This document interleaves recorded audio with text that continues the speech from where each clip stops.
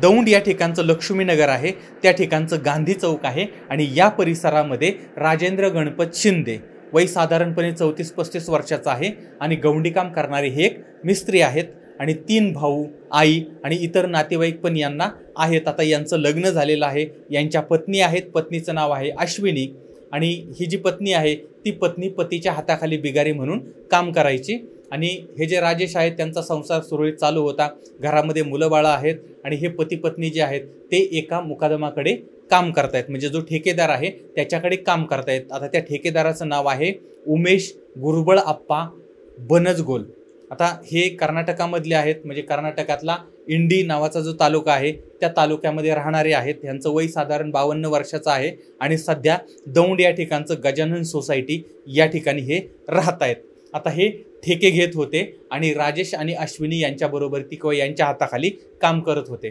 आता हे सगळं काम चाललेलं असताना याच काळामध्ये पती राजेंद्र जो आहे त्याला दारू पिण्याचं व्यसन लागलेलं होतं। आता एकतर हातावरचं पोट आहे आणि त्याच्यातच त्या पतीला व्यसन लागतं आणि त्या व्यसनामुळे पती दारू पिऊन यायला लागला आणि त्यामुळे त्या पत्नीला आणि पतीला या दोघांच्यामध्ये वाद व्हायला लागले, भांडणं व्हायला लागली आणि या भांडणामधून ती जी पत्नी आहे ती पत्नी माहेरला निघून जायला लागली। पाठीमागे अनेक वेळा अशा घटना घडल्या होत्या की ज्याच्यामध्ये पती आणि पत्नीचा वाद झाला आणि त्या वादामधून पत्नी माहेरला निघून गेली। आता तारीख होती 23 मार्च 2022ला, साधारणपणे सकाळची 9:15ची वेळ होती आणि यांची पत्नी जी आहे ती गावाला म्हणजे माहेरी निघून गेली होती। पती पत्नीचं भांडण झालेलं होतं आणि पती जे आहेत ते 23 मार्च 2022ला सकाळी 9:15 वाजता घरातनं बाहेर पडलेले आहेत, म्हणजे राजेंद्र घरातनं बाहेर पडला। आता बाहेर पडल्यानंतर दुपारी काही घरी आला नाही, त्याच्यानंतर संध्याकाळ झाली, संध्याकाळी घरी आला नाही। आता दुसरा दिवस उजाडला, दुसऱ्या दिवशी पण घरी आला नाही।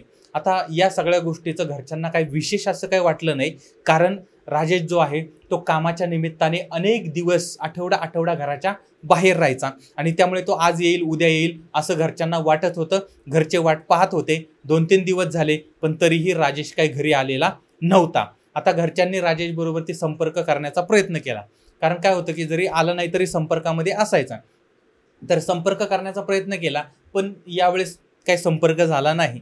त्यानंतर मग घरच्यांनी त्याची शोधाशोध घ्यायला सुरुवात केली की बाबा हा नक्की गेलाय कुठं, पण त्या गोष्टीचाही तपास लागला नाही, म्हणजे संपर्कही होत नव्हता, भेटही होत नव्हती। आता करायचं काय? आणि त्यावेळेस मात्र मग घरच्यांच्या मनामध्ये शंका आली। मग राजेंद्रचा भाऊ, त्यांचं नाव आहे ज्ञानेश्वर शिंदे आणि आई त्यांचं नाव आहे सत्यभामा शिंदे, ही मंडळी जी आहेत ती 31 मार्च 2022ला दौंड पोलिसांमध्ये गेलेली आहेत आणि आमचा मुलगा गायब झालाय अशा पद्धतीची तक्रार त्यांनी नोंदवली।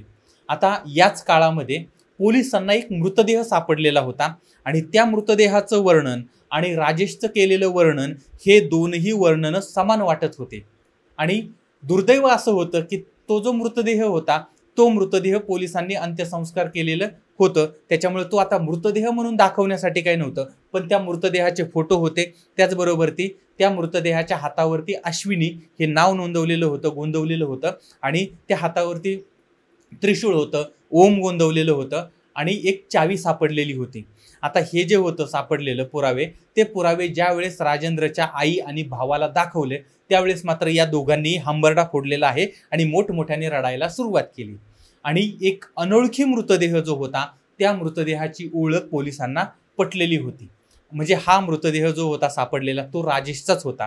आता प्रश्न हा होता की या राजेशची हत्या केली कोणी आणि ती हत्या का केली? आता पोलिसांनी राजेंद्रचं घरचे जे आहेत त्यांचा जबाब घेतलेला होता। आता बोलता बोलता मी राजेंद्र किंवा राजेश असे शब्द येऊन जातात, तर नाव आहे राजेंद्र। तर पोलिसांनी घरच्यांचे जबाब घेतले, त्यानंतर राजेंद्र ज्या ठिकाणी काम करत होता ते सहकारी जी मंडळी होती त्यांचे जबाब घेतले, इतर सगळी माहिती जमा केली आणि यावेळेस एक संशयित नाव पोलिसांच्या समोर आलं, त्याचं नाव होतं मुकादम उमेश बनजगोल। आता पोलिसांनी या उमेशला ताब्यात घेतलं आणि पोलिसी पद्धतीनं त्याच्याकडून चौकशी करायला सुरुवात केली आणि नंतर मात्र त्यानं मान्य केलं की मीच राजेंद्रची हत्या केली। आता ही हत्या कशी करण्यात आली होती तर 23 मार्च 2022ला संध्याकाळच्या वेळी राजेश जो आहे तो उमेशच्या मोटारसायकलवरती बसून बोरावके नगर या भागामध्ये गेलेला होता किंवा आलेला होता।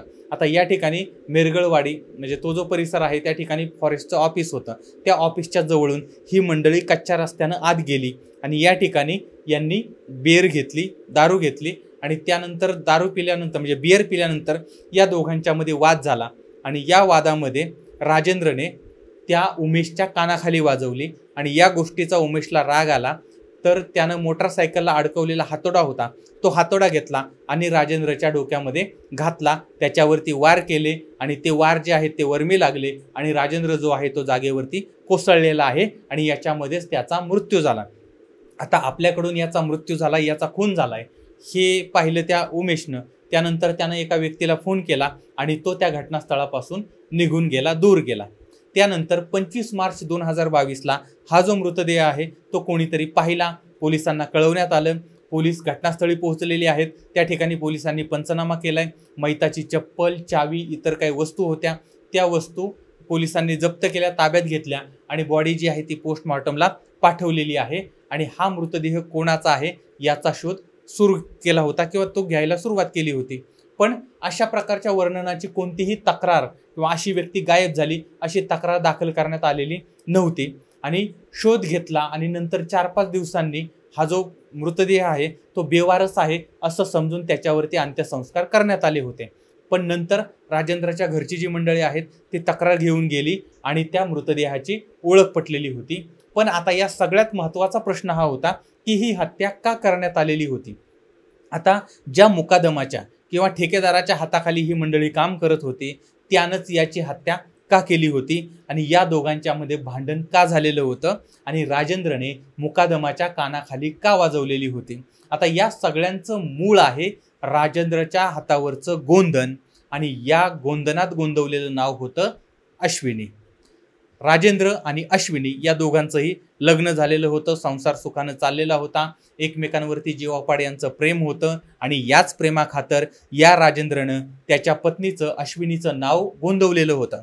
आता पुढं ही पत्नी यांना मुलं झाली, संसाराला बहर आला, सगळं काही आनंदात सुरळीत चालू होतं। यावेळेस मग राजेंद्रला दारूचं व्यसन लागलं आणि हळूहळू दारूचं पिणं वाढत गेलं आणि घरामध्ये भांडणं वाढत गेली। आता याच्यामध्ये पती पत्नीच्या मध्ये सतत धुसफूस चालू झालेली होती।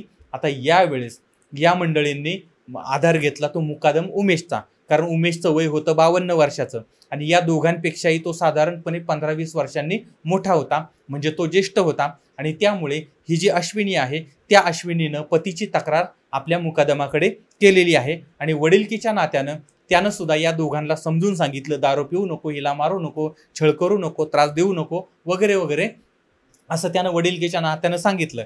पण पुढं या राजेंद्रचं जे पिणं आहे ते पिणं काही कमी होत नव्हतं आणि नवरा बायकोमध्ये सतत वाद होत होते, भांडणं होत होते आणि यावेळेस उमेश यांना समजावत होता आणि अश्विनी जी आहे तिला हवी ती मदत तो करत होता, मानसिक आधार देत होता आणि या सगळ्यांमुळे उमेश आणि अश्विनी यांच्यामध्ये चांगली मैत्री झाली, गाढ मैत्री झाली, चांगली जवळीक निर्माण झाली होती। आता यांच्यामध्ये असणारी जी गाढ मैत्री आहे ती मैत्री राजेंद्रच्या लक्षात येत होती आणि त्यामुळे त्याचं पिणं जे आहे ते पुन्हा वाढलेलं होतं, जास्त वाढलेलं होतं आणि पती पत्नींच्या नात्यामध्ये दुरावा निर्माण व्हायला लागला होता, भांडणं वाढत चाललेली होती आणि यामुळे ती जी पत्नी आहे ती पत्नी माहेरला निघून गेलेली होती आणि याच काळामध्ये 23 मार्च 2022ला MH42 AP 8334 ही जी टू व्हीलर आहे त्या टू व्हीलरवरती राजेंद्र आणि मुकादम उमेश हे दोघंजण मेरगळवाडीच्या परिसरामध्ये गेलेले होते। आता या ठिकाणी अश्विनीवरून या दोघांच्यामध्ये पुन्हा वाद झाला होता, या वादाचं रूपांतर मारामारीमध्ये झालं आणि याच्यामधूनच या राजेंद्रची हत्या करण्यात आली होती। आता या घटनेमधला जो आरोपी आहे उमेश याच्यावरती कलम 302, 201, 34, 120B या अन्वये गुन्हा दाखल करण्यात आलेला आहे आणि अशा प्रकारे या सगळ्या हत्येचा सुगावा लागलेला होता किंवा उघडकीस ही हत्या आलेली होती। एका अनैतिक संबंधामुळे याच्यामध्ये एकाचा जीव गेलेला होता। आता जर समजा तुम्ही दौंड तालुक्यामधले असाल किंवा तुम्ही या परिसरातले असाल आणि या घटनेसंबंधीची माहिती असेल तर जरूर कमेंट करा आणि अधिक माहिती असेल तर ती जरूर कळवा। आता या सगळ्या प्रकरणामधून आपण धडा काय घ्यायचा, जे घडलं ते आपण बदलू शकत नाही पण याच्यामधून बऱ्याच गोष्टी आपण समजून घेऊ शकतो। एक म्हणजे दारू किंवा इतर कोणतंही व्यसन असेल ना, ते एकदा का लागलं, कोणतंही व्यसन ते जर लागलं तर आपल्या संसाराची धूळधाण होते. आणि त्यामुळे प्रत्येकानं ठरवायचंय की तुला सुखी संसार पाहिजे का तुझं व्यसन पाहिजे, हा आपण निर्णय घ्यायचा आहे आणि त्या पद्धतीनं वागायचं आहे आणि जगायचं. मला वाटतंय आपण सुखी संसाराचा पर्याय निवडावा आणि जी काही व्यसनं असतील ती व्यसनं कमी करण्याचा प्रयत्न करा किंवा ती सोडून देण्याचा प्रयत्न करा. आता या सगळ्या प्रकरणामध्ये लक्षात घ्या की ज्यांनी चूक केली, ज्यांनी अनैतिक गोष्टी केल्या, ज्यांनी हत्या केली त्यांना त्याची शिक्षा मिळेल. सन्माननीय न्यायालय त्यांना योग्य ती शिक्षा करेल. पण या गोष्टीमध्ये यांच्या मुलं किंवा मुली जी घरामध्ये असतील, लहान मुलं जी असतील, त्यांचा काहीही दोष नसताना सुद्धा त्यांना मात्र या गोष्टीची शिक्षा मिळणार आहे. कारण एक व्यक्ती जी आहे ती तिचा जीव गेला आणि दुसरी व्यक्ती जी आहे ती तुरुंगामध्ये जाणार आहे. पण यांच्या लहान मुलांचे मात्र चुका नसताना सुद्धा त्यांना भोगायला लागतं. आणि त्यामुळे या सगळ्या कथेचं सार काय लक्षात ठेवायचं तर व्यसन आणि अनैतिक गोष्टी यांच्यापासून दूर राहिलं तरच संसार सुखाचा होऊ शकतो. हे या सगळ्या गोष्टीचं सार आहे. ज्याला जे समजायचंय त्यानं ते समजावं आणि योग्य मार्गाचा पर्याय निवडावा, एवढंच मला या ठिकाणी सांगायचंय. पुन्हा भेटूया पुढच्या भागामध्ये. तोपर्यंत धन्यवाद.